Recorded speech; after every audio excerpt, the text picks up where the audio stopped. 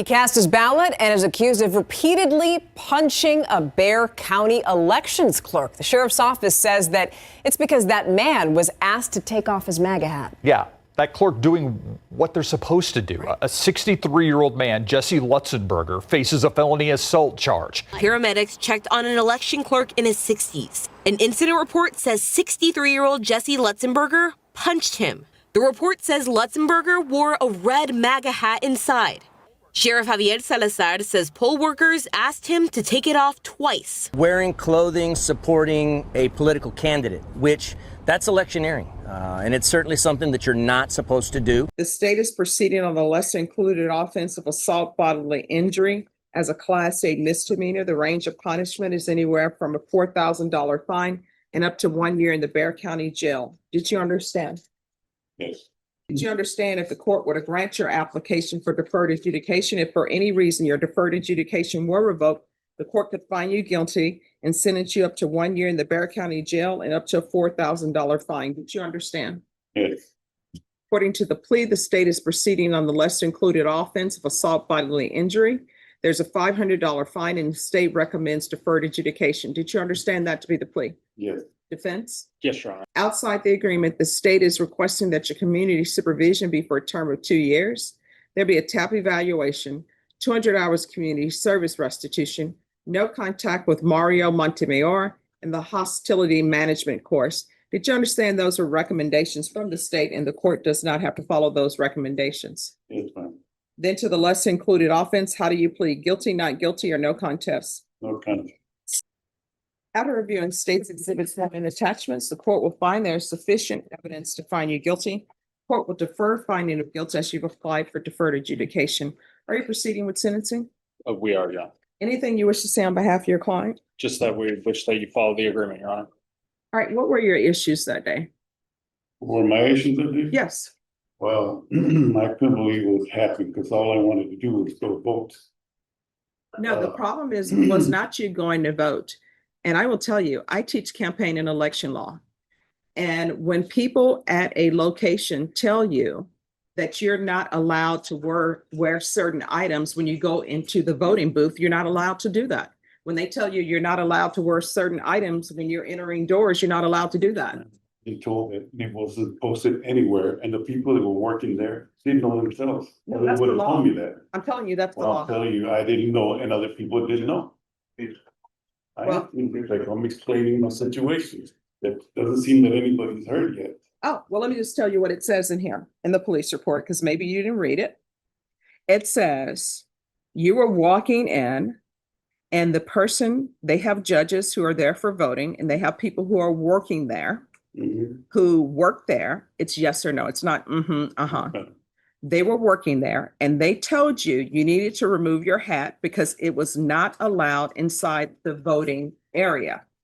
And that's the law. And that's always, but here's the thing. That's the law. It's always been the law. For example, I can't walk around with a t-shirt with my name on it saying vote for me and go in the voting booth. It's not allowed. Once you get to a certain point and it's that 100-yard line that they have, when you cross into that area, you're not allowed to be in line with t-shirts about who you support. You're not allowed to do that. Yeah. That's the law. And And then when people tell you that, you can't start hitting somebody. And it says on here that your wife even tried to stop you. Ma'am, that's all incorrect. Do you want me to explain? Can I explain? Sure. And if you want a jury trial, I'll give you one. No, I'm not talking to you, I just want to explain because it's incorrect what they're saying. I was in line for 45 minutes before I actually got to vote. They asked me to remove my hat then, after I was standing there for 45 minutes. So I removed it, I put it in my lower back. I went through the whole voting situation. When I went out the other side, this person that had already harassed me in 2 other previous times that I went to go vote in a different location was again there. I walked away from him twice, 2 other times, when he was verbally harassing me. Okay, this is the 3rd time. And this 3rd time, I walked away from him again twice. He would not let me walk out of that place without harassing me and getting physical with me. All right. So That's what my wife was trying to. let me tell you what it says in here. And I go by this document. It says that the complainant went on by explaining that as part of his duties, he is supposed to advise voters that they are not permitted to wear or display candidates on their person while they are on the polling premises. It says he observed an older adult male inside the polling premises, and you had displayed campaign material, which was your hat. He observed the violation. He contacted the male and advised him that he would need to refrain from wearing the hat while on the premises. The complainant explained that the male complied with his instructions while he was voting, but then put the hat back on as he was making his way to exit the premises. At the time, the male was still inside the building and clearly well within the premises. Due to still being well within the premises, he approached you again and advised you to remove the hat while he was on the premises. The male, that's you, explained that he was on his way out and refused to comply.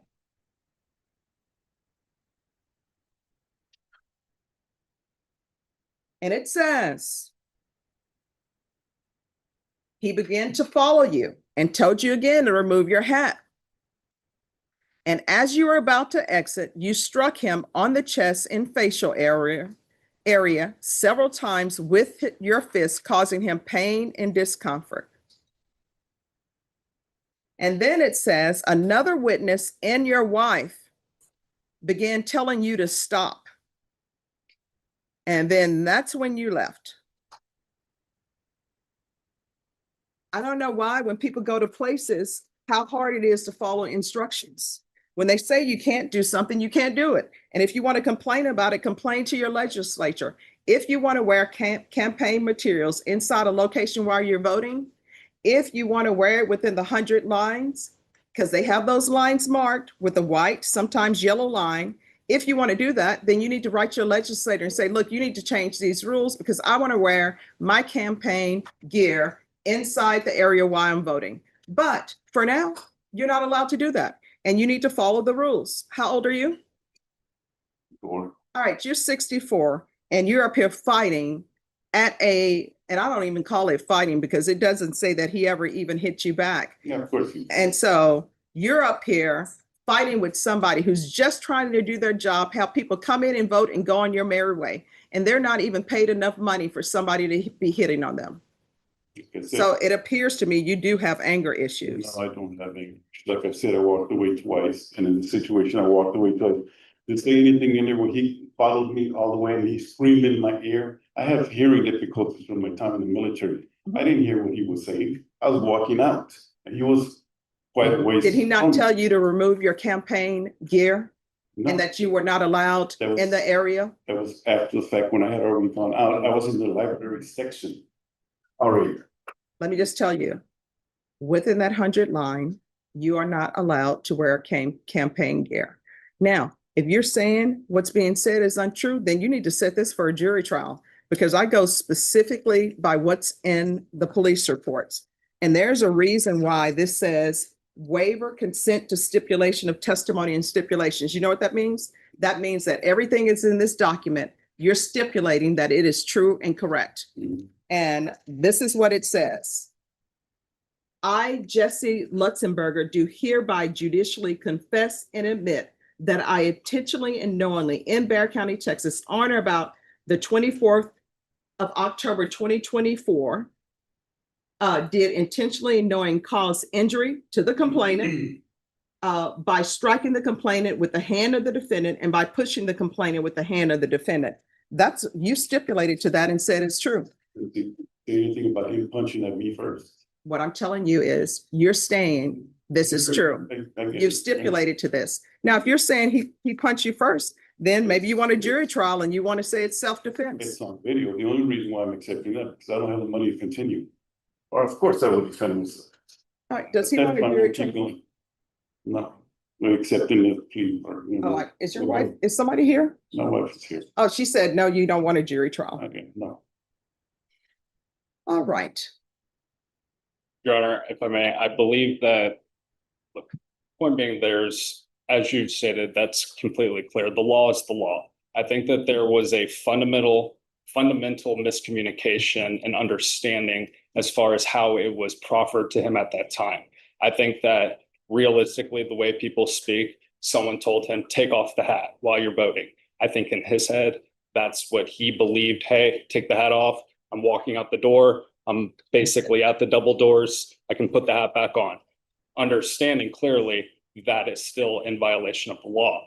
But I want to make clear, it's not like the statute book was not pulled out and read to him at this time to understand the 100 feet. Again, it's not an excuse, but I think where his mind was coming at, he had finished voting, he had waited the 45 minutes, and he was leaving, and then he had an individual come up and approach him.